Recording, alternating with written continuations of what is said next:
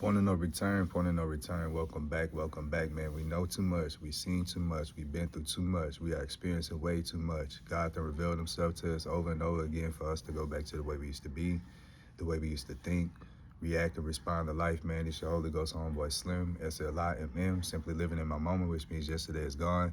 Tomorrow's never promised. All you have is right now, this moment. And I hope you're fully living in yours because I'm fully living in mine, man. Just back with another quick word. In Matthew chapter 6, verse 21, it says, our hearts determine what we cherish, where our treasure lies. Proverbs 3, verses 5 through 6, it says, trust in the Lord with all your heart. Do not depend on your own understanding. Seek his will in all that you do. He will show you which path to take. See what I'm saying?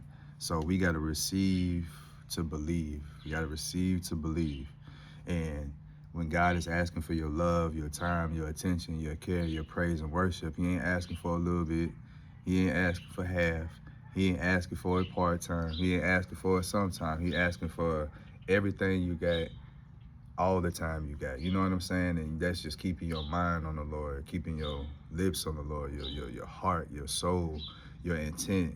You getting your motivation, you getting your inspiration. Everything comes from the Lord. And when you set yourself up that way, it strengthens your belief and it readies your ability to be able to receive whatever you asking God for. And the first thing we need to do when it comes to believing, first and foremost, you got to believe in God.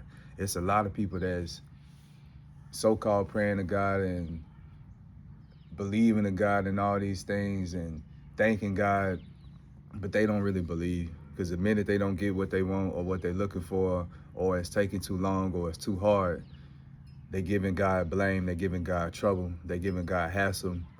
When they don't understand, they're not asking them questions. They scared of them. They don't love them. You know what I'm saying? They don't go to them when they need help. They go to everybody else, go to everything else but God. And God sitting there the whole time, like, look, I know what's best for you. Like, I got the best plans for you. I got the best life for you. I got everything for you.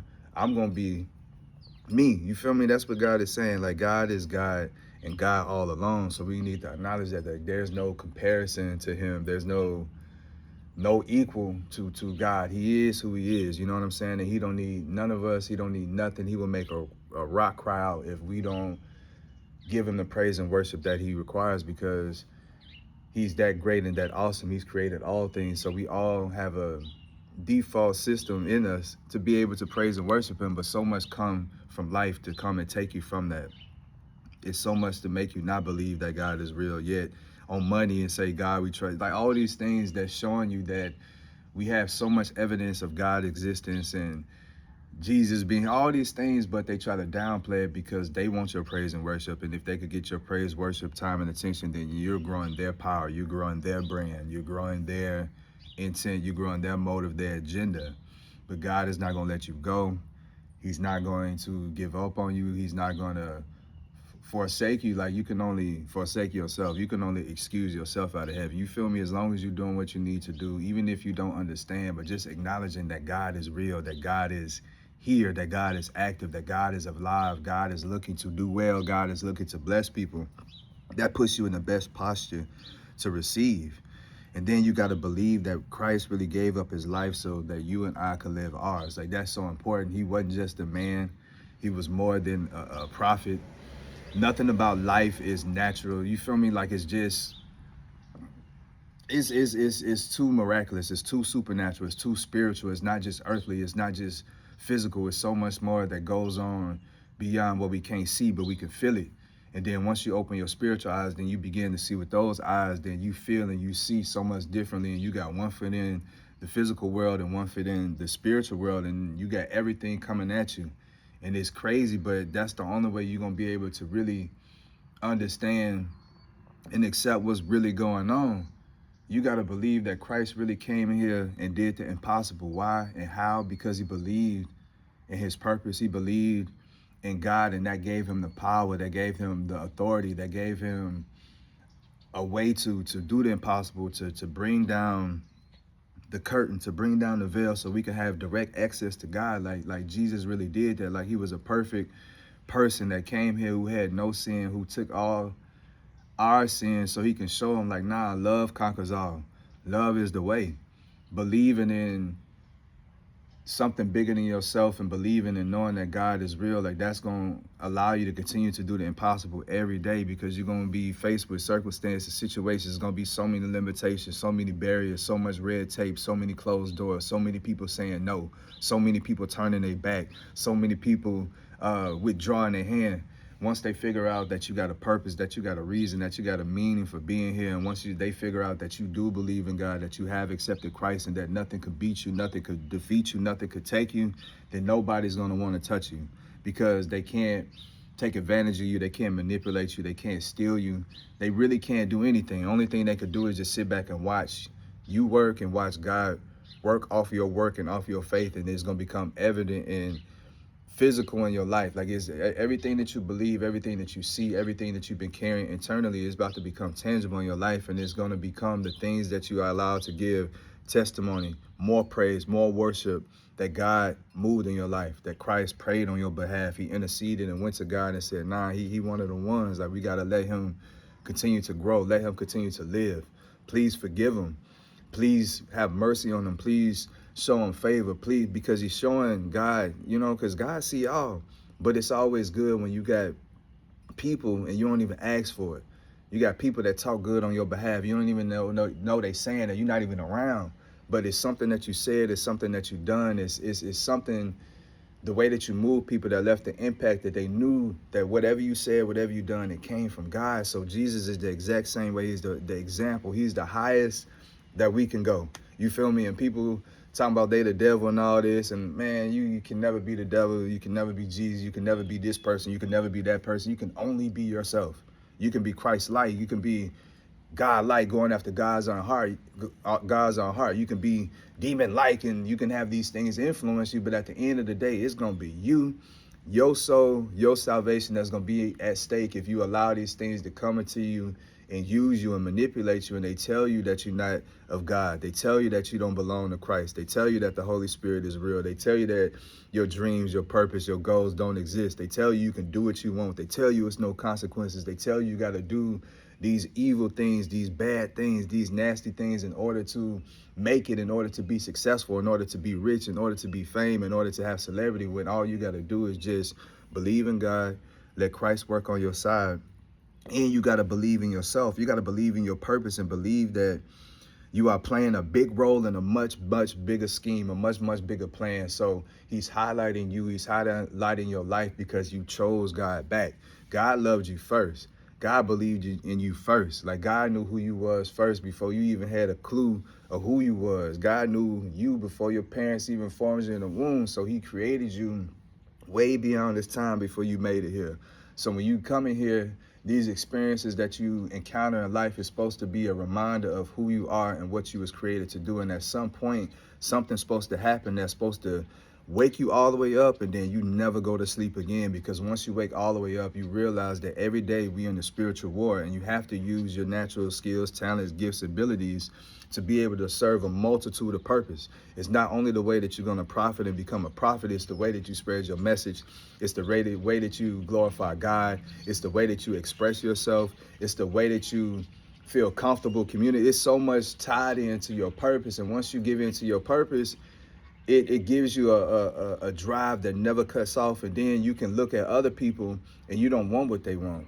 You don't want what they got. You're able to celebrate people and appreciate other people's successes and accomplishments and achievements because you don't want what they got.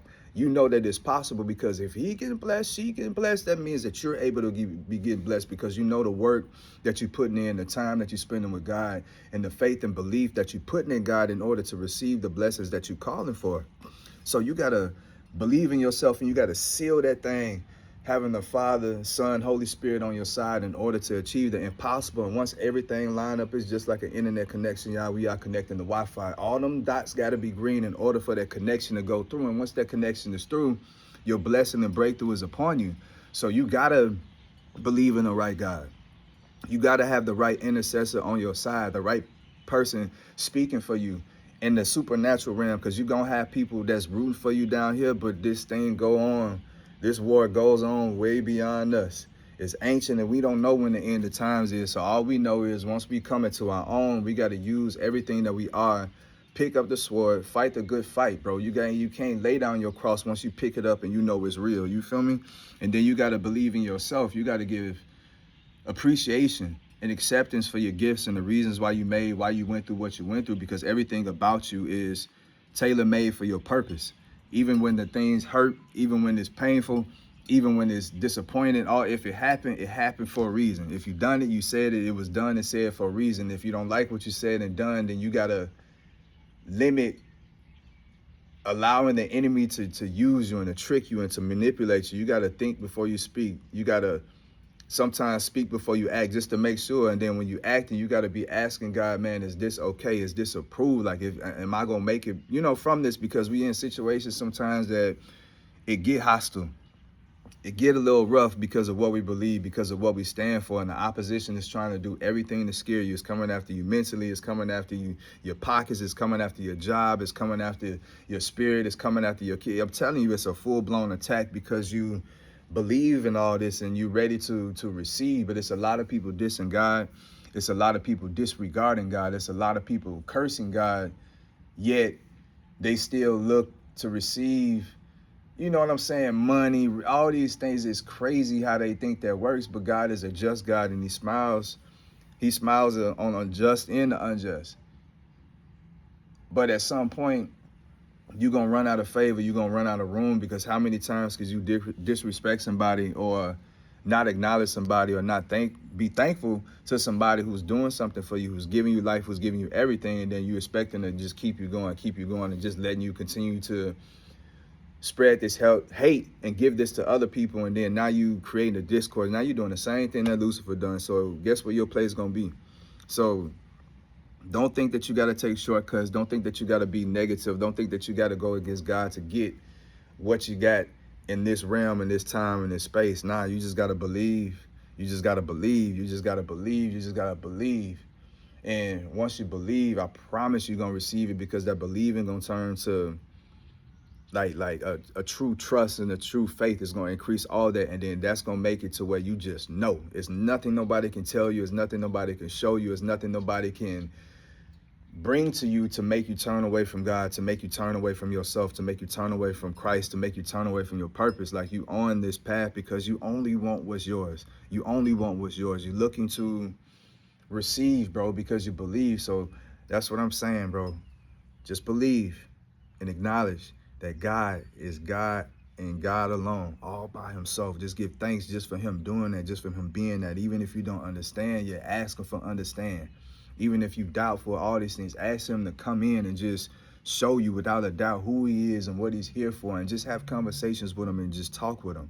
And then you got to acknowledge Christ at all times. What he did for us, it would be no way to heaven. There would be no way to God if it wasn't for Christ and what he did, his sacrifice, and then having the courage and the boldness and the faith and the belief in order to do the impossible and go to hell, save those people, open up heaven, give us a way directly to heaven. And now he's sitting on the right throne, chilling, just looking, just speaking on our behalf, just keeping things going so we can continue to have what we need in order to manifest, in order to truly bring forth the desires of our heart, to receive our blessing, to be a blessing to others, and to be a blessing to a kingdom. Like, we following the blueprint, man.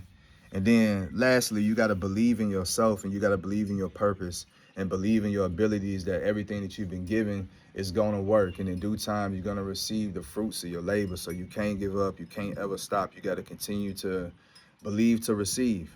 So our hearts determine what we cherish, where our treasure lies. You can't lie. You can't cheat the energy. Trust in the Lord with all your heart. Do not depend on your own understanding. Seek his will in all that you do, and he will show you which path to take. So the only way you're going to figure this out, only way you're going to make it, only way you're going to get your breakthrough, only way you're going to get to heaven is you got to stay, bro, with God. You got to stick with him. So you got to continue to believe, to receive. Till next time, Slim.